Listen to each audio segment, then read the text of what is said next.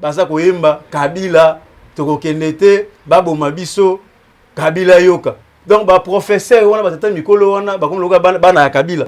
Soko moye mutu comme na niveau ovanda na mabele lokola mwana muke lokola muta théâtre ache longi lokola mangobo lokola sai lokola ngadiadia. Donc c'est-à-dire akomi na suka.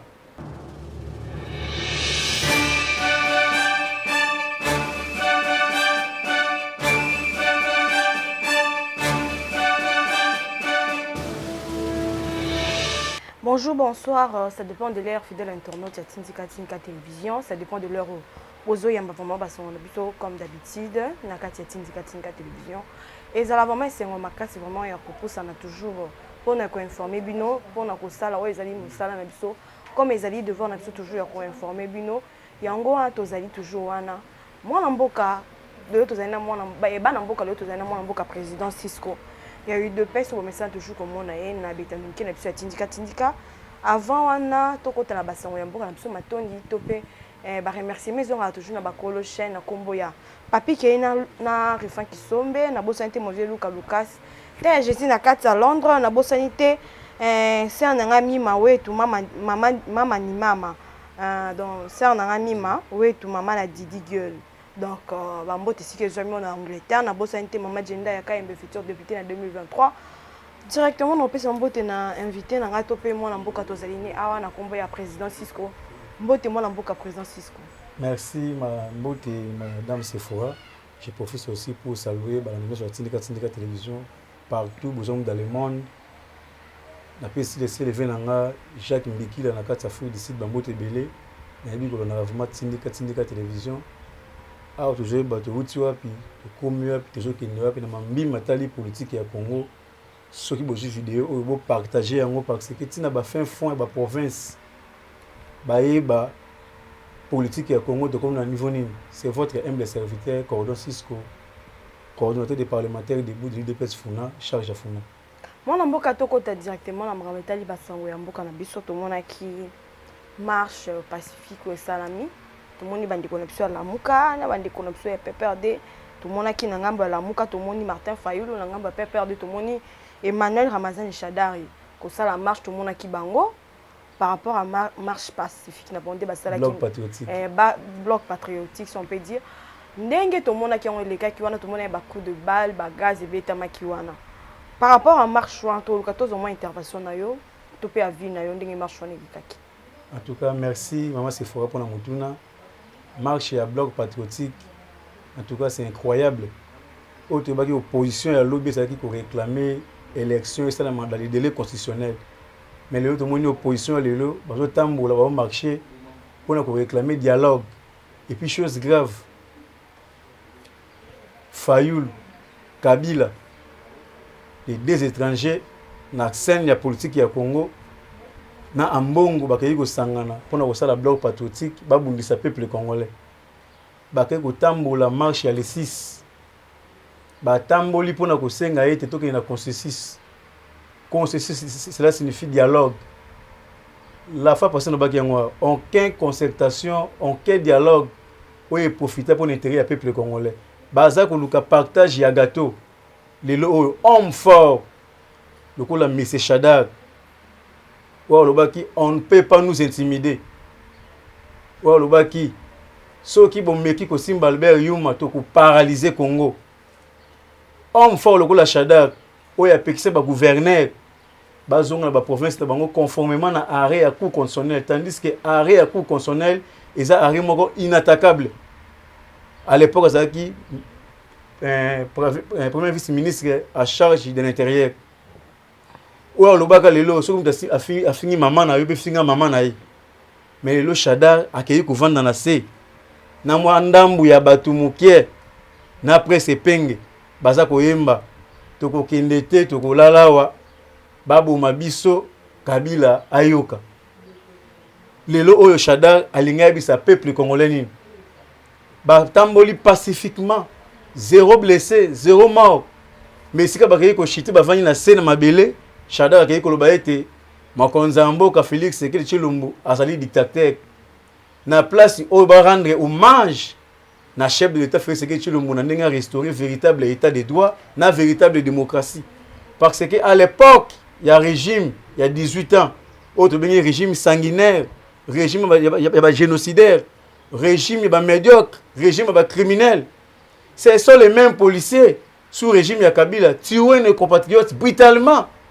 violemment mais aujourd'hui ce sont les mêmes policiers sous régime ya Félix baké na recyclage té baké na formation té mais batiki bango batamboli en douceur mwandambu ya batu baye ko vendre na mabele lelo opposition Félix comme so opposition ya Congo lokola groupe théâtral lokola groupe bangobo ya ba isobe ya ba sai Shadar avani na mabele dunia kilanga na mabele presse pengi na mabele Félix Kabange Numbi na mabele ba homme fort na régime à 18 ans baza koyemba Kabila toko kendete babo mabiso Kabila yoka donc ba professeur wana batata mikolo wana ba comme loka bana ya Kabila lokola bano Kabila boti donc toko kendete Kabila yoka tala ba PO ba chef de travaux ya université bazui mayele babwaki na caniveau ba mi comme soka ba kolisi ya Kabila ok ba bungi adresse o ezali régime ya Félix Tshisekedi ezali régime ya état de droit ezali régime ya démocratie babo mabango na bo mabango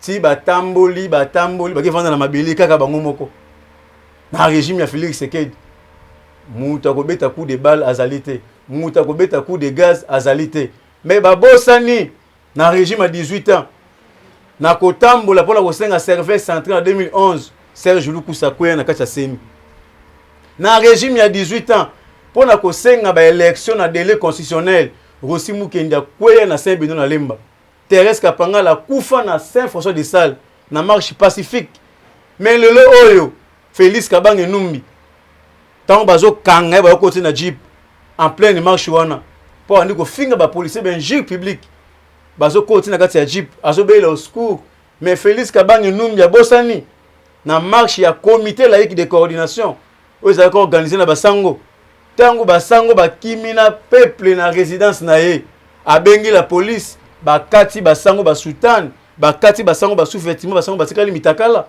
c'est pour vous dire que tous ces pays ici bas les locaux Kabange Numbi akei ko finga ba policier o ba osala musala d'une manière professionnelle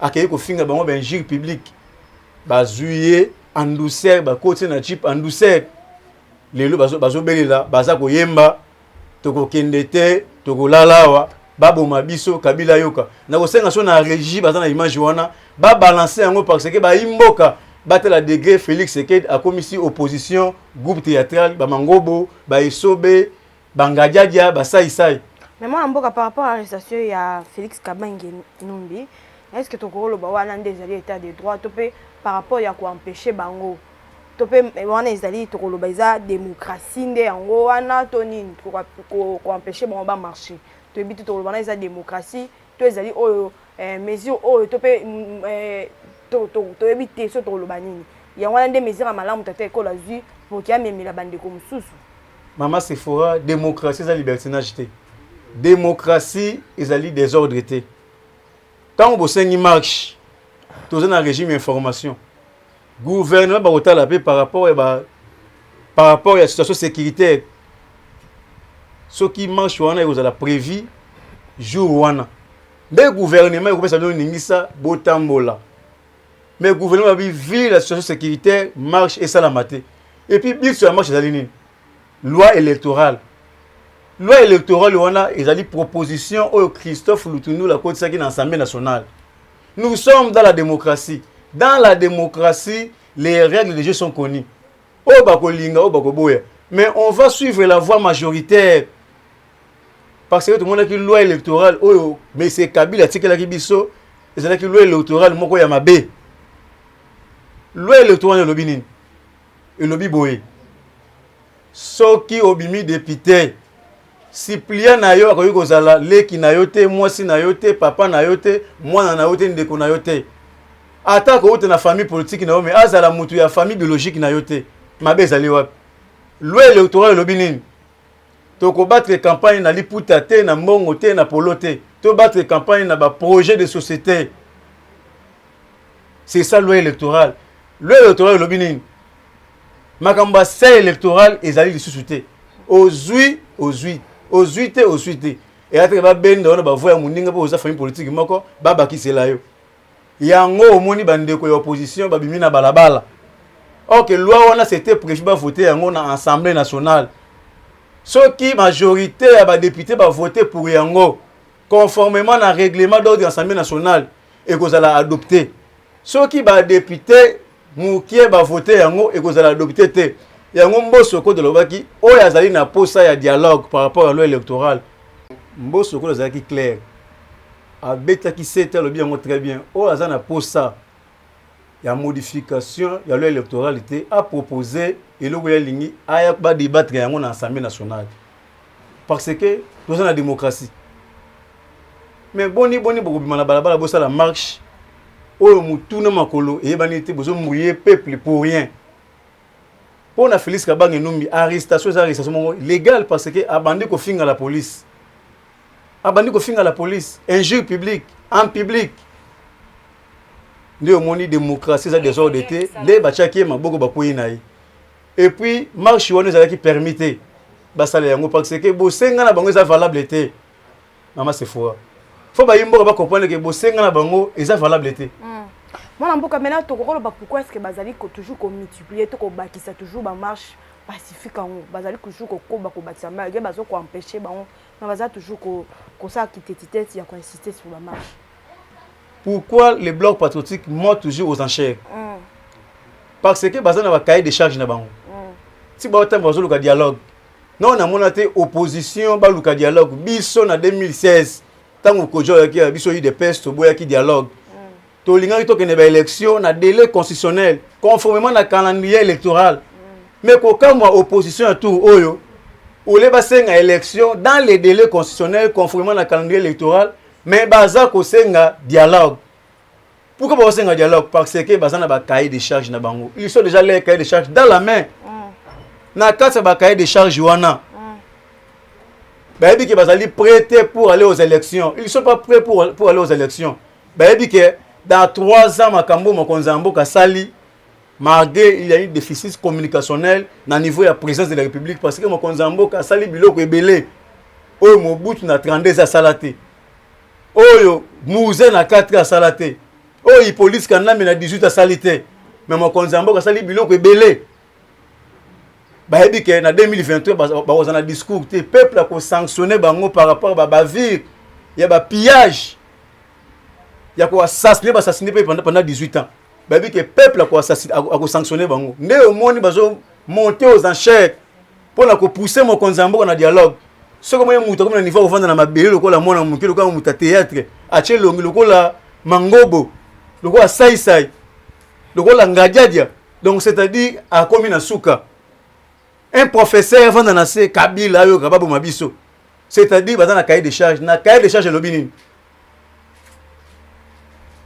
Bato ba piller mboka pendant 18 ans. Bato ba assassiner mboka pendant 18 ans. Bato ba créer ba groupe rebelle pendant 18 ans. Bato ba bomi Rossi Mukendi. Bato ba bomi Thérèse Kapangala, Floribert Chebeya. Cahier de charge mokonza mboka ko landa ba poursuite judiciaire wana te. Parce que tous ba exilés politiques. Oh ba exilé politique mais bango moko ba se forcer ba mi commissi ba exilé politique. Mais tandis que mokonza mboka lobaki na régime na ngai ba prisonnier politique ba kozala te ba exilé politique ba kozala te. Est-ce que mutu lokola Pierrot Louara a exilé politique? A exilé politique ite. Mutu lokola John Numbi après avoir ko assassiné Chebeya, Fidel Bazana, après avoir ko sala ba dépôt d'armement na ndako na ye, après avoir ko sala ba morgue na ndako na ye, après avoir ko sala ba tribunal na ndako na ye, ye moko a ju fuite. Alors je ne suis pas un anneau. A ju fuite à Kimi. Est-ce que Moutou a exilé politique? A exilé politique ite. Moutou loko la bin ka kubi kikaya. Après avoir ko ba carte visa ko kotisi na banque ko zo $50,000 par mois. O peuple ko va souffrir. Non la benga la justice mais yimo ko ju fuite à Kimi. A exilé politique ite. Kalev Mouton après avoir ko sala ba arrestation arbitraire ko kanga ba Jérôme Mulumba, ba Jean-Claude Mouyamu ba tout ka ba congolais. Ko tcha bango na aner ko sumisa bango makila ba arrestation arbitraire. Ye moko ba bengi na justice ye moko Kimi. na Congo tous na exilé politique tous na bato ba kimi justice nde omoni bazo monter aux achats parce que plutôt qu'il y a dialogue tant que vanda autour d'une même table babimisa ba document wana cahier de charge tala mutu ba bomaka apiaka makonzambo kalimbisa nde omoni bazo multiplier si on bazo vanda na c'est parce que ba yebi ke cahier de charge na bango baza na poso ke ba élection te eza ko la mutoyo ateka cercle lo sambo ne bato ba kufa pour cercle était comme nde lo sambo na bango to ke ne ba élection te parce que bango bazonga aux affaires si omoni Fayulu azo ke ne ba tourner wana ezali financement ya Kabila lelo Fayulu Katumbi Muzitu basali bloc patriotique na mbongo et loko basango bazo luka to ke na dialogue parce que bango ba jouer médiation lokola dialogue à 5 ans bazo ba frais de fonctionnement au gouvernement ko pesa bango yango mo bazo monter aux achats lelo oyo ambongo asangani na Kabila abosani ke Rossi Mukenda kwa l'église catholique Thérèse Kapanga la kwa l'église catholique abosani ke régime à 18 ba kata ba profaner l'église catholique ba beta ba gaz ba coup de balle réel ba to ba kufu na l'église catholique abosani ke ba kata ba sango ba soutien ba kaleso ba tikala mitakala abosani ke monseigneur oya ba beta masasi na est tala lelo mbongo likolo ya mbongo akei ko sangana na régime ya 18 ans pour na kosala bloc patriotique lelo Fayulu abosana adresse presse penge akei ko vanda na Shadak na mabele pour na kobelela babo mabiso Kabila yoka Fayulu asangana na Kabila babe abelela babo mabiso Kabila yoka peuple congolais botela siko position komi Kabila ayoka moyena billet vert o Kabila zo pesa bango c'est pour cela bazo multiplier ba marche c'est pour cela bloc patriotique monte aux enchères maman c'est fora il faut ba imboka ba comprendre que opposition na Congo ezalité parce que opposition faut ba senga biloko ezali longo bani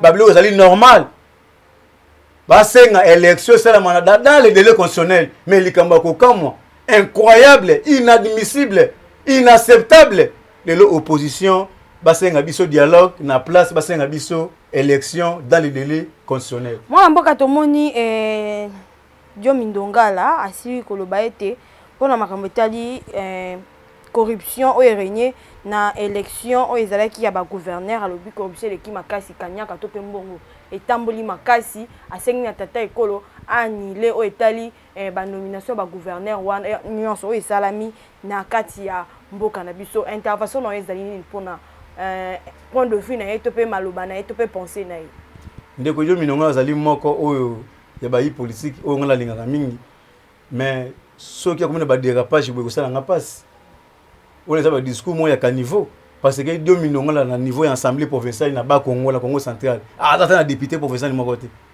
boni ba so ba voter telo ba ke kanyaka etambolaki oyo ezali union sacrée mon konzama basala ki appel ay ba imboka ba congolais boya to sangana autour d'une même table to misala ba umbu ya peuple congolais to misala bana misala ya peuple congolais lelo ba ticket gagnant de chaque ya union sacrée ba voter bango siko to ba eteke o corruption nana corrompaki nana zalaki corrompu eza discours moko bidon eza ba discours ya caniveau parce que ça député moko na assemblée provinciale na niveau Congo central eza lokola ndeko na biso papa na biso ne mona sem ba voter ata voix mon côté parce que ça na député mon côté na niveau ya assemblée provinciale na niveau Congo central alobi que tous les députés pour ya Congo central ba kokufa pour voter été tout d'abord abosani ki asa malade azo souffrir sur le plan moral sur le plan physique sur le plan mental asa na malade dernièrement otaki na centre soki telema ou bien centre ya CNPP pour la bataille ya mutu papa la biso na malade asa problème mental asa problème physique asa problème moral il faut vendre bako zo de charge ya province de Congo central ba pesa yi non il faut vendre en tout cas na féliciter ba député provincial ya Congo central na maturité politique na ndenge basili ko sanctionner bato wana parce que bazali censé te ya ko kamba Congo central moi mboka tolo bien mametali matata ponio tout moni azali topé azali ko s'apprêter toi aussi à tirer déjà nini na ye pour que a postuler na 2023 tout moni pe oyo azali na kombo ya gloire ancienne ya Lusha asili koloba ete matata ponio azali professeur ya tata école Félix Antoine Tshisekedi to éviter intervention na ezali nini pona point de vue wana. Maximum c'est fort pour la mutuna, Matata Ponyo dans l'anda qui est na sortie officielle, il y a parti politique na soki LG LG de sopi TF na soki baté. À l'obin en 2023 à Rosala candidat président de la République. Mais politique au Congo, et comment c'est que ça biso? Où en sommes-nous avec projet Bukangalonzo? Coût de projet avec 285 millions de dollars. Oh Matata Ponyo a détournant pour lobby à Kozonga candidat président de la République. Où en sommes-nous avec projet de la construction de 1000 écoles? Coût de projet 156 millions de dollars détournés par Matata Ponyo. Où en sommes-nous avec les projets d'achat de locomotives? Coût de projet 545 millions de dollars détournés par Matata Ponyo. Où en sommes-nous avec les projets d'installation de fibres optiques? Coût de projet 480 millions de dollars. Oh le lot de Konamiso qui bat sa Mali baso potana yango. Matata Ponyo, candidat président de la République en 2023, à battre Félix. Où en sommes-nous avec les projets de la réhabilitation des deux aéroports de Njil et de Luano? Coût de projet 555 millions de dollars détournés par Matata Ponyo. Où en sommes-nous avec les projets de révolution de la modernité? Coût de projet 2 milliards de dollars. Ou avec 5 chantiers. 2 milliards de dollars détournés par Matata Ponyo. Le lomo Konzamboka yokuta mboka 5 chantiers 0. A bandi na 100 jours à Tongi Mboka. A lancé projet Chilongelou. Le lomo dit Congo a chantier par-ci par-là. A lancé opération zéro tour. Le lomo dit Congo partout chantier. Aucun dans la province. Chilongelou Mboka Tongam. Congo Mobimba. Où en sommes-nous avec les projets de construction des hôpitaux modernes? Coût de projet 364 millions de dollars détournés par Matata Ponyo. Où en sommes-nous avec les projets de construction des stades modernes sur toute l'étendue de la territoire de la RDC? Coût de projet 280 millions de dollars détournés par Matata Ponyo. Toujours un million, un milliard. Où en sommes-nous avec le projet de construction des réhabilitations des universités et des centres professionnels? Coût de projet 350 millions de dollars détournés par Matata Ponyo. Où en sommes-nous avec les projets de construction des barrages Katende? Oh Kabila Emoga Kenda na Kasai. À Kosi Bande Konabiso à Kasai. Dans quelques mois, barrage Katende aussi là. Si le lot Kabila a sala 18 ans na pouvoir, si a longo na pouvoir, bati kali kotonga barrage wanate, mbongo wana détourné par M. Police Kanambe, na M. Kabila. Coût de projet nango zalaki 685 millions de dollars. Lelo Gloria aloba ete Matata Ponyo azali professeur ya Félix Sekedi. Oui, j'accepte. Azali professeur ya Félix na sur le plan ya détournement. Matata Ponyo autant que ça Félix na détournement. Mais na bonne gestion Félix Sekedi azali professeur ya Matata Ponyo na police Kanambe parce que tout le monde na régime ya Félix ba biloko oyo Matata Ponyo na police Kanambe ba bebisaki na 3 ans ya pas mon Konzamboka réhabilité yango. Preuve année na ba site ba embouteillage tout le monde ba so de moutons aux alaki projet na régime ya police Kanambe na Matata ba sala yango ba sali yango te ba détourner mbongo wana mais mon Konzamboka aye ko sala yango projet Bukangalonzo ba détourner mbongo wana mais mon Konzamboka aye ko sala yango. Mais tout le monde peut la lingette abimisi liste ya ba détourneur to ebité biso mo ba yimboka to pepe Congo ba yebi déjà bato bazali wana pona ko yiba misolo ya mboka. Mais tout le monde peut la lingette abimisi vraiment liste ya ba détourneur intervention no ezali. Voilà parce que l'inspection générale des finances oyo mobuta bomaki oyo police Kanambe a clouaki a kundi yango na se mais mon Konzamboka aye ko lamusa yango oyo mokili mobimba ba beti maboko balobi bravo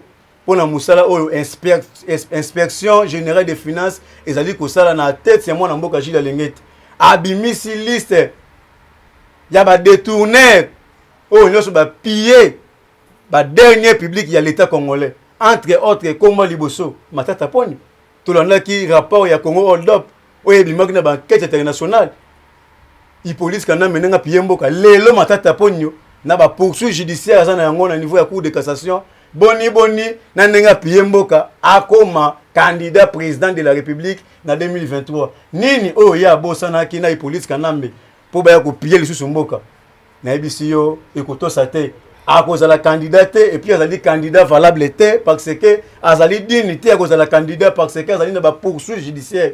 Il a pillé ce pays avec M. Hippolyte Kanambi. Merci mon amboka to. Orienté yo akangambanga ayeba ete matata ponyo akotikala ka kozala professeur ya Félix qui ata mukolo moko te. Aloba yango bien que matata ponyo azali professeur ya Félix sur le plan ya détournement et puis ya koyiba mosolo ya peuple congolais. Merci vraiment mon amboka to mo comme na suka émission to monaki to pe to moni place à la réconciliation. Il y a Joseph Kabila na Moïse Katumbi. To moni bazali ko se préparer pour que basa la rencontre na bango le 16 le 8 mai à Lubumbashi. Intervention dans les années par rapport à la rencontre, il y a deux hommes politiques au Basili, au Baye, vraiment la Katia Mboka la Bisso. Dans le bas qui a montré bien dans l'émission passée, au moment où je vous parle, il y a comme une guerre entre les étrangers et les véritables Congolais. Guerre et côté entre les étrangers et les véritables Congolais. On a lancé un appel, il y a un éveil de la conscience, il y a un éveil patriotique. Dans tous les vrais Congolais, partout dans le monde, tous allaient éveiller parce que l'air est grave. L'air a déjà sonné pour sauver notre patrimoine. Lelo Oyo, Katumbi, Alliance Soriano Daniola, na Monsieur Hippolyte Kanambi, basali réconciliation, ils allaient réconciliation te. Basala ba réunion à plusieurs fois. Na ferme Hippolyte Kanambi na Kachamat na Katanga. Bakei kokutana, réunion obscure. Oyo Soriano akei na Zambie. John Numbi aye ko na niveau ya Zambie basali réunion obscure parce que ba recruter 185 000 mercenaires ba côte na nzela ya Katanga ba activer ba Katanga pour ba créer insécurité na kati ya mboka. Na ebisi yo les grave. Lelo ezali réconciliation te. Ezali former mais ezali réconciliation c'est ba sangana. Tant que le bloc patriotique déjà basangana, ils allaient bloc des étrangers, ou basangani pour na bazonga na deuxième force pour na copier Congo, pour na copier ba Congolais. Yango na sengi na ba Congolais to longo la distraction, to simba na commercial homme, to soutenir de qu'on a biso Félix Sekeli Chilombo. Le Congo ça qui infiltré jusqu'au sommet de l'état. Tout le monde dit Bosco Tanganda. O ça qui général na quatre armées congolais, ba yo sambisa na CPI. Identité na rwandais nzo na niveau ya Rwanda zali anjida mais na armée congolais général na armée alongo na armée congolais a comité na rébellion M23 nyonso na pona copier ba congolais lelo to moni ba kunda batwa ba rebelle na M23 tous les rebelles zali qui montaient fabriqués de toutes pièces na complicité à monsieur Hippolyte Kanambi na monsieur Kagame. Nous sommes pourquoi que le président ba étranger na mboka na biso ndio moni ba étranger ba sangani ba sali réconciliation ba sali bloc pour bazonga na deuxième force yango na sengi na ba congolais surtout bande ko nga ba kasayen non ça l'appelle o bande ko nga ba kasayen bimise nga vidéo oyo komona esika na régime Mobutu un équatorien azofinga Mobutu bimise nga vidéo au moins na régime ya Kasavu moi na Congo central azofinga Kasavu bimise nanga vidéo oyo ko lakisa biso esika azomona équatorien azobundisa Mobutu na pouvoir ya Mobutu mais lelo oyo bande ko na biso bakasayen bokomi ko bundisa ndeko na biso o azali véritable congolais de père et de mère Félix Sekeli Chilombo oyo alongoli Congo na boumbu. Pays qui est en otage, tu es dans l'époque coloniale de Belgique, Congo est en otage dans le Rwandais. Kagame a infiltré le Congo jusqu'au sommet de l'État. Dans la carte armée congolaise, il y a plusieurs officiers rwandais. Sur 100% d'officiers congolais, il y a la majorité d'officiers rwandais. Tu as une réunion du Conseil de sécurité. Tu as débloqué la stratégie de neutraliser les rebelles. Mais le lot, la résolution du Conseil de sécurité est bimi et commis en Rwanda dans temps réel et commis les rebelles dans temps réel et puis va bouleverser la stratégie au but de joie qui va bouleverser en haut bah il a deuxième force va frapper par FARDC mais le Mokonzi Mboka a neutralisé sur tous les plans dans les miens tout le monde qui numéro 1 et renseignement militaire et Rwandais Delphin Kahimbi le oyo bah il biso système ya divisé pour mieux régner. Un tribal. Est-ce que Ngana ou Togo Longo a toqué na Rwanda? na Tanzanie, na Ouganda, na Zambie, to ki no kabola bango, ba koyoka biso te. Mais pourquoi bango ba na politique ya ko kabola biso? Peuple congolais, tous en éveil de la conscience. Nzamba ki biso mawa, apesi biso frère na biso. Les lotala ba étranger, ba comme ko ça ba bloc patriotique na kati ya politique ya Congo. Tala ba étranger, ba comme ko ça réconciliation na kati ya mabele ya Congo pour na ko bundisa notre frère, notre sang, Félix Sekeli Tshilombo. O asa ma client na biso. Na sengi na ba Kasayen. Lelo o soki bato na na pouvoir, ba ko yebisa yo. Bruno Tshibala. Yo za la congolais te, ozali Kasayen. Francis Kalombo. Ozalaka congolais te, ozali Kasayen. Raymond Chibanda, ozalaka congolais te, ozali Kasayen. Ba koyebisa bino. L'air a déjà sonné, tosi mana comme un seul homme. Ba véritable congolais de père et de mère. Tosi mana comme un seul homme, to soutenir notre frère, notre sang Félix Sekeli Tshilombo. Pourquoi bazo bumbisa loi ya souveraineté et l'équité de l'Assemblée nationale? Et puis ba député ba vandeli yango. Baboyi ko débattre yango. Pour quelle raison? Bokei ko vanda loi ya ko voter loi Kabila sur salaire ya 600 millions de dollars. 600 000 dollars pour le président en exercice. Il y a États-Unis d'Amérique qui a dollars. Bokei ko vanda ko voter loi bakanga police kana mbete marqué ba crime o ya sala na kati ya Congo. Ba aussi mukindi ba kweya, ba Thérèse Kapangala ba kweya, des espoirs des Nations Unies ba kweya, Michael Sharp na Zeina Katalite. Ba massacre ya kama na sap ya Boudia Congo ba fausse commune. Ba tout le monde combattant IDPS na IDPS vivant. Ba tiki banda na basi na bango. Mais bo voter loi bakanga police kana mbete. Mais loi o ya souveraineté ya ko batela mboka. Bo vandeli yango pour quelle raison? Na sengi na perchoir na bureau ya Assemblée nationale. Na ba député nyonso Assemblée nationale. Loi wana bo voter yango na lombango parce que na miso to mi na guerre entre ba congolais na ba étrangers o ba yaki classe na Congo mais ba tingami na politique ya mboka na biso parce que ba comprendre que Congo eza na kité on ma pesa biso mais ba richesse na biso on ma pesa biso lelo ekomi obstacle pour na biso yango na sengi na ba congolais to soutenir chef de l'état. Merci vraiment mboka to vraiment na suka to luka to za numéro na yo na ba mbote pour que to chite. Ouais, numéro na nga na pesi mbote na ba ebansa o bazo occasion na biso partout dans le monde. Et puis na pesi mbote na privé na ngai na niveau Afrique du Sud Jacques Mbikila. Na yebi ke na ba diaspora tu Afrique du Sud boza na Angleterre, na France, na Allemagne, na Angola, fédération ya IDPS Angola.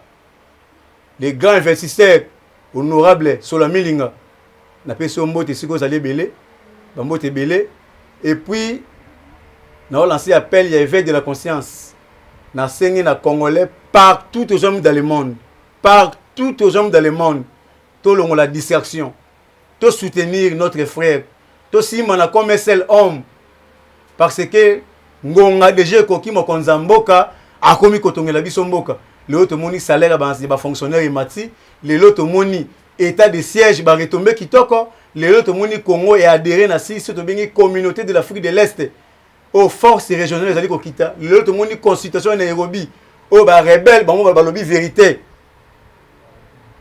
J'espère que dans la prochaine émission to kobeta ba dessus des cartes nenge ba rebelle ba lobby vérité pour na kozwanga plus de 243 89 68 53 286 plus de 243 89 68 53 286. C'est votre humble serviteur Cordon Cisco Charles Jafuna. J'ai dit et je vous remercie. Merci fidèle internaute vraiment to comme suka mi mawetu c'est na mi mawetu maman la Didi girl bambote vraiment makasi ici que aux amis quand moi vraiment merci na bio avec na caméra merci na ba réalisateur na biso tozali na Rabi tozali na Mike Buzayadio quand moi vraiment vous continuer à s'abonner à partager et à liker vraiment l'émission na biso tout le monde est vraiment une cause koya bye bye à la prochaine numéro.